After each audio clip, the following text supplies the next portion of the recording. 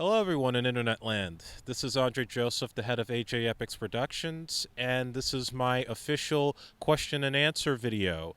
So, I got a lot of different questions from you, the fans, and some people that I worked with in the past about some of the film projects that I've done. So, I'm kind of doing this for a lot of people who don't really know me personally and who are kind of curious to see my work wherever it may be, at festivals, online. So this is for you guys, and I hope you enjoy. So I got a couple of questions here that all regard some of my work and also my views on the industry. Mr. Paul Wallace, 37 on Instagram. Was Paul Wallace legitimately drunk during the filming of Tempted? LOL. For those of you who haven't seen the film, Tempted was a short film that I made that played at the Garden State Film Festival last year. We had a special screening at Wesleyan University for some of the fraternities in the school. Paul Wallace in the film played the leader of a fraternity that's trying to get the lead actor basically, you know, drunk enough to lose his virginity to a stripper so he can join into the club. Was he legitimately drunk in playing the part? That's a well-kept secret on the part of Paul. But the one thing I could tell you about him is that as a guy who studies at William Esper, I'll tell you something. That he must be like one of the greatest gifts I've ever had for an actor to work with because of his dedication, because of his willingness to improvise, and really made that part his own. You know, he wasn't just, another Ryan Reynolds doing a Van Wilder act. Like, he really became that character with all the life he brought to it, and almost kind of on the devilish side of his performance. You know that what he's doing is completely wrong and completely over exaggerated, but then at the same time, you kind of love him for it too, because he has that sheer confidence about himself. So that's one of the reasons why he's so fantastic to work with. And, he's got his methods, and I'm not going to say whether or not he was drunk on the set, but all I could tell you is whatever he did basically worked. Michael Schiavo, another actor that I worked with from Tempted. Michael asks, do you think Hollywood has run out of original ideas for films, with prequels, sequels, and spin-offs coming out? It's a interesting time and a little bit of a scary time for cinema right now. If you guys have listened to me on the Cinephiles with Eric Cohen and Jeff Galashaw via This Is Infamous, we've had our debates about the different projects that get greenlit in Hollywood these days, and also just the simple fact that whenever the news comes up for some films, be it the new Ghostbusters or anything pertaining to Star Wars or Indiana Jones or any other big franchise, be it Marvel or DC, it's hit or miss for us because we know our tastes, we know what we've grown up with in the past, and, what we expect from those films versus what we don't. Now, you have a movie like, say, Fantastic Four, which I don't think anybody asked for a dark reboot without Marvel's consent and doing something that was totally away from the source material to the point that it just didn't generate an audience. And there were a lot of studio politics involved with that because it was just an ill-conceived idea. At the same time, you got a movie like Creed, which when I first heard about it, I thought it was going to be a cash-in on Rocky. It's like, why do we have to see a 70-year-old Sylvester Stallone play Rocky again?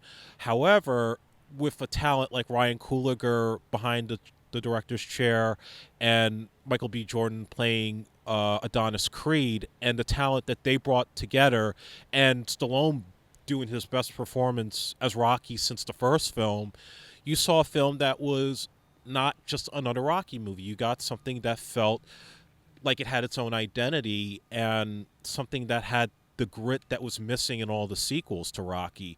So I think it all depends on who's behind the camera, because Lord knows, even classic films have been remade and have been done very well, like The Thing or Scarface, because they have top-notch talents behind the chair who can find an original twist and generate a new generation of fans.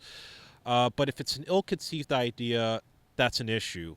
As far as sequels and prequels go, again, it's a hit-or-miss thing.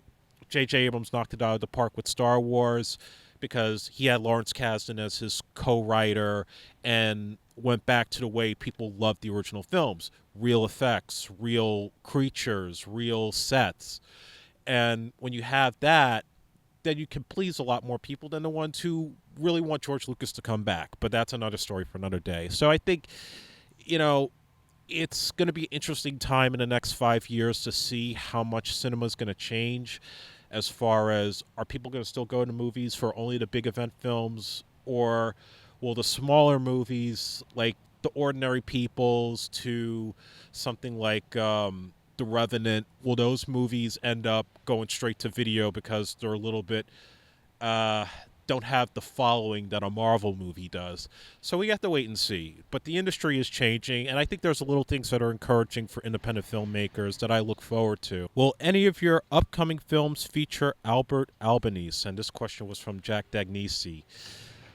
Mr. Albert, who was my producer on Priceless, and he also played the role of a dirty cop in Dishonorable Vendetta, and he also played my partner in one of the Packard films.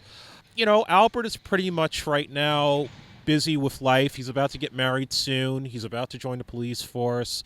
And, he's got a lot going on right now. But I don't think he's lost his passion for the business. I know he keeps writing all the time, and we're always talking about doing different projects together. So the door is always open to come back and, have some kind of collaboration with him, even if it's like a cameo appearance.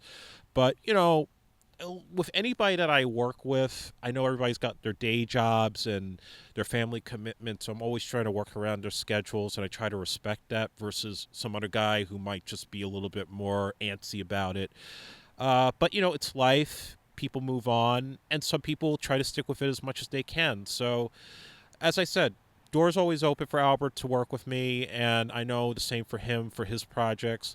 There's always going to be that friendship. So I know for a fact that one day we'll try to get back together on something major. Ricky Trotter, since a sixth Die Hard film has been announced, would you like to see John McTiernan return to the series? Do you think maybe he has a good ending to the series?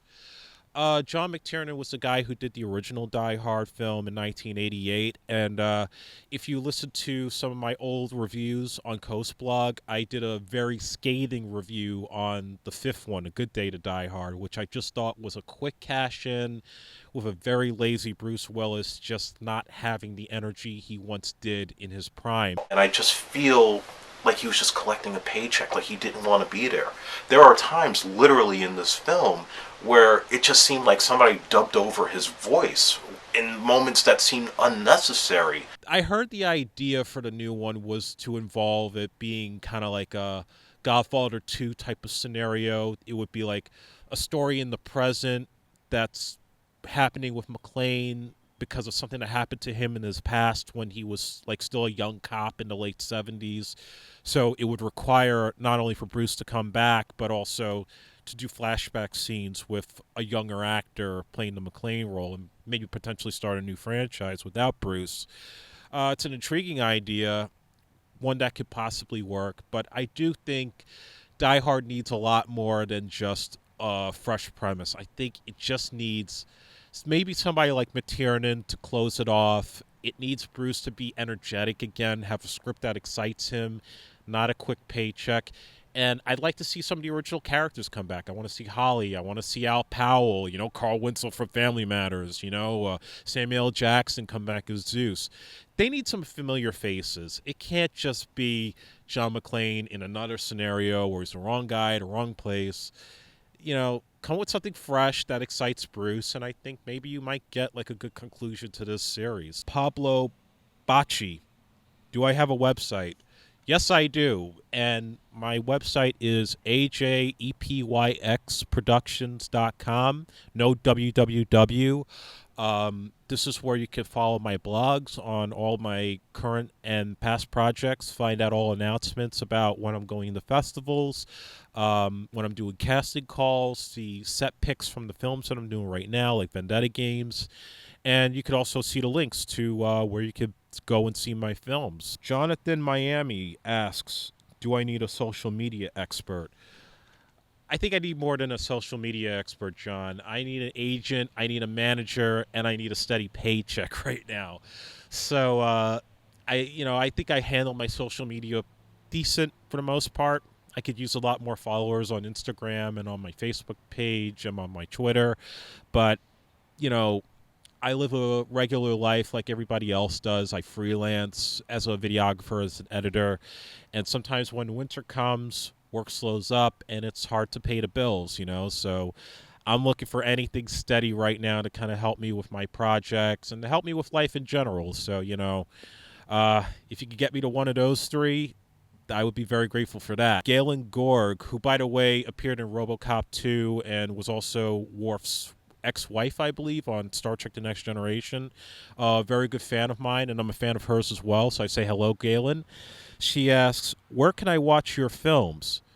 You can not only see them in the festivals that we don't really have anything coming up at the moment. We're still pending on a few.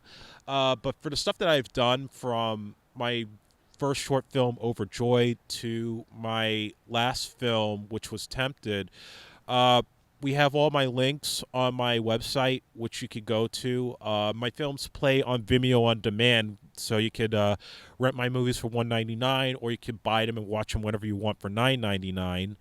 And I also have DVDs of some of my works on Amazon, as well as a e-store, which is associated with Amazon. That concludes my business for this Q&A session, and I hope to do more of these in the coming weeks and months to come, because it's 2016. I've got a lot more output to come for new projects, as well as updates on Vendetta Games, which is still in the production phase. We're kind of in a hiatus right now, but we're hoping to get it wrapped before the spring comes around, or actually during spring period, because you just never know with these things in production. So I thank everybody for watching, and I'm going to see you at the movies very soon.